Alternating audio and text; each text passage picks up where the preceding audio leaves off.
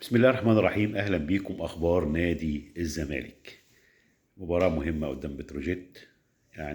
مش عارف ليه الناس مستهترة بمباراة بتروجيت. يعني الناس كلها تقول لك لعيبة الزمالك خدت انذارات متعمدة عشان ما تلعبش بتروجيت وتلعب ماتش الاهلي. يعني ما اعتقدش الكلام ده صحيح، يعني كل مباراة مهمة يعني. ما انت لو خسرت قدام بتروجيت هتخش قدام الاهلي منهار. فمش عارف ليه الناس مستهترة بمباراة بتروجيت. يعني شايفينها مش مهمة ازاي يعني. طبعا ده مهمة جدا جدا جدا.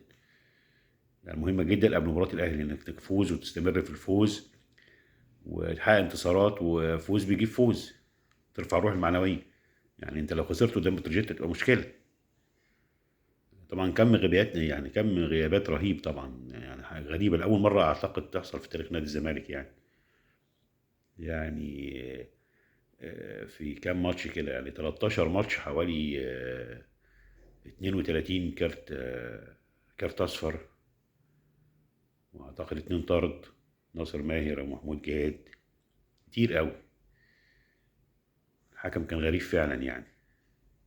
غريب غريب غريب يعني. فماتش بتروجيت مهم جدا جدا جدا. طبعا الشائعات بدأت تظهر بقى.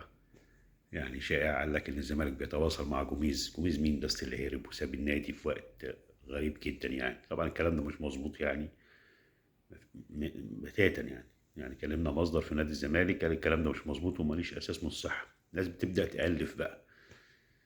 ده اتنين تلاتة اتصلوا بجوميز والراجل رفض وقال لك انا عندي مشروع في الفتح واكمل ما هو كان بيقول عندي مشروع في الزمالك برضك يعني.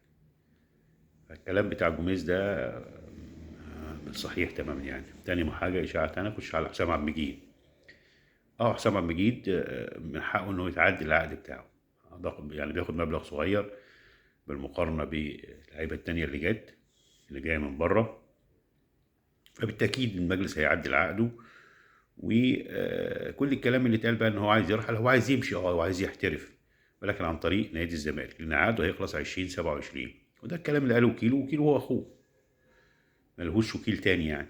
يعني السمسار اياه اللي احنا عارفينه ما عرفش يخش على القصه بتاعته دي. فحسام عبد المجيد عايز يحترف ولكن نهايه الموسم.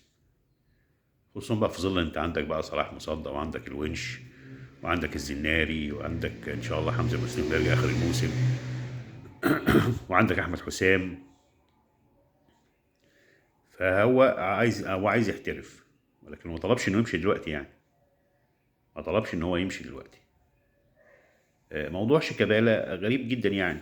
يعني انا يعني الزمالك في مشكله، وانت شيكابالا انت كابتن الفريق. يعني ليه القمصه يعني؟ يعني مش وقت ان انت تتقمص دلوقتي او تغضب او تزعل دلوقتي. انت لعيب كبير وخبره و38 سنه يعني انت راجل، ان انت المفروض انت بتلم الفريق.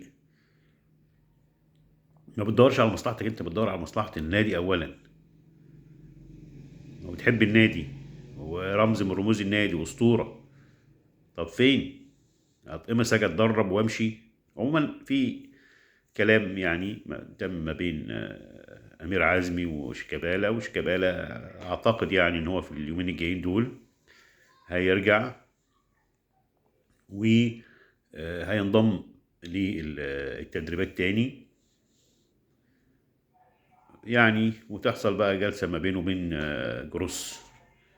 جروس طبعا لو كمل يعني، خصوصا كلام كتير اللي بيتقال ان جروس هيمشي.